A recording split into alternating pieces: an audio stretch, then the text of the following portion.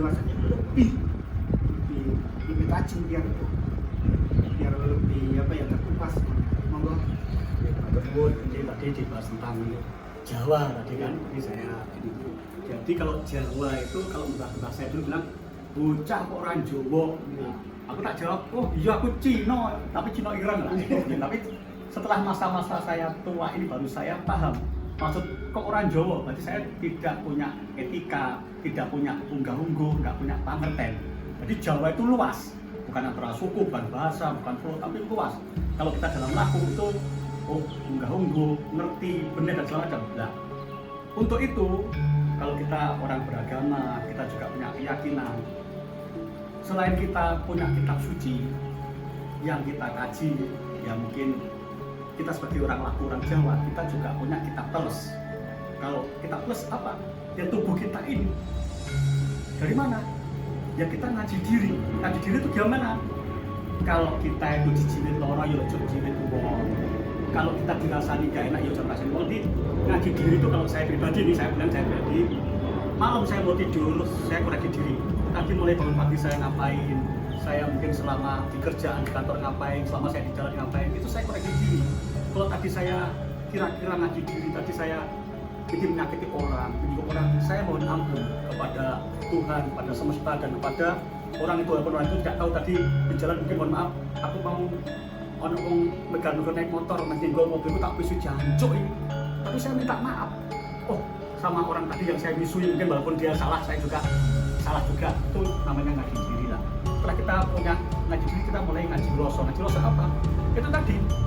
Kalau kamu tidak mau nyakiti orang, kalau kamu tidak mau kalau tidak mau disakiti orang, kamu jangan nyakiti orang. Kalau istilahnya SMS yang banyak saat ini apa?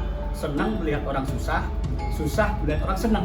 Bener nggak? Iya. Tanggamu mangan marek, wong iki sok mangan tekok ndi yo, wong iso tekok mobil tekok ndi ya, nek gak ada mangan, syukur gak sok mangan. Itu namanya ngaji rasa di situ Mas. Gak usah panjang lebar kalau masalah ngaji diri rasa. Sama saya tadi selain kita punya kitab suci, kita juga punya namanya kitab plus, ngaji diri, ngaji rasa. Kenapa?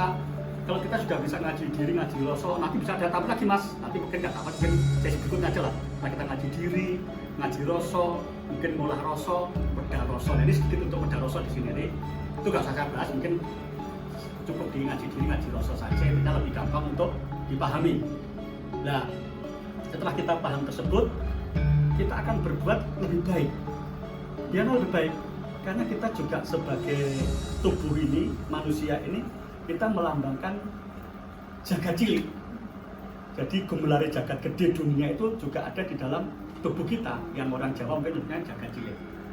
Kehidupan terdiri dari 4 unsur. 1, dari udara. Kalau nggak ada udara mesti mati. Kita pun tidak ada unsur udara.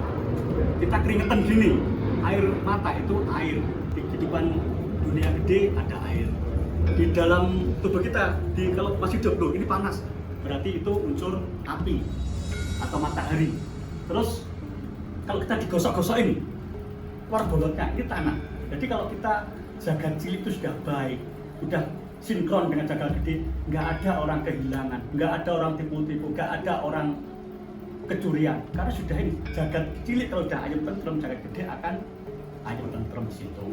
Dan tadi juga tentang Jawa, tadi juga itu sebenarnya kalau saya itu ada arti tersirat dan tersurat tentang hubungan. Kalau kita ngomong sejarah itu pernah saya bikin tulisan juga tentang Jawa, Bali, Lombok, Kediri. Kalau secara arti tersurat, Jawa, kerajaan Jawa itu yang terakhir itu Majapahit. Dan Majapahit itu orang tahunya mungkin di Trowulan, tapi kerajaan Majapahit terakhir itu dipindah di Kediri sama rajanya yang Girindrawardhana Dyah Ranawijaya. Itu. Nah, setelah di Kediri ada penyerangan juga dari Demak dan Ponorogo. Ponorogo waktu sudah dikuasai oleh Bathara Katong. Akhirnya ini kewalahan. Pada waktu yang Ranawijaya itu sudah wafat, tidak ada penerusnya, dipeneruskan oleh Patih Udara. Nah, pada setelah tahun 1521, Majapahit yang ada di Kediri ini runtuh. Jadi kalau ada orang yang bilang Sirno bilang Kertanbumi 1400 itu dasarnya dari serat Darmo Gandul dan kabar segala macam. Tapi kalau saya belajar dari sejarah itu dipindahkan dari Majapahit Trawulan ke Kediri dan bentuknya sama, memang ada penyerangan, dan dari situ orang-orang Jawa yang dibagi ke Majapahit tadi bergeraklah eksodus karena ada faktor X lah, saya bilang asal itu faktor X, akhirnya pada lari Penanggungan ke Tengger, ke Banyuwangi sampai ke Bali. Nah setelah Bali ini berkembang lagi ke Lombok. Jadi tadi bilang Jawa yang lagi oleh Majapahit, yang terakhir Kediri, terus Bali, terus berkembang kembali ke Lombok, dan saat ini mulai banyak lagi ditemukan itu situs-situs Kediri. Karena di Kediri dulu negara yang besar juga, Kediri Panjang itu ternyata kok nggak ada bukti sejarah. Mulai sekitar tahun 2019 mulai banyak situs-situs bermunculan di daerah Pare, daerah Gunung Klothok pun ada 3 saat ini. Di situs Adan-Adan itu mungkin nanti itu sangat besar karena dari arca tempat sangat-sangat besar, mungkin lebih besar dibanding daripada yang ada di Jawa saat ini. Mungkin nanti setelah berkembangnya zaman ada ekskavasi dan lain-lain, saya rasa mungkin akan menjawab bahwa Kediri dulu negeri bersejarah dan kerajaan yang besar, dan tiap kerajaan juga ada hubungan dengan Kediri itu secara tersurat. Jadi Jawa yang diwakili oleh Majapahit yang di Kediri, Jawa bergerak sampai ke Bali, berkembang di Lombok, kembali lagi ke Kediri dengan sangat tanda-tanda yang muncul. Yang tersirat tadi Jawa, Benek, Ngerti, Unggah-ungguh dan segala macamnya.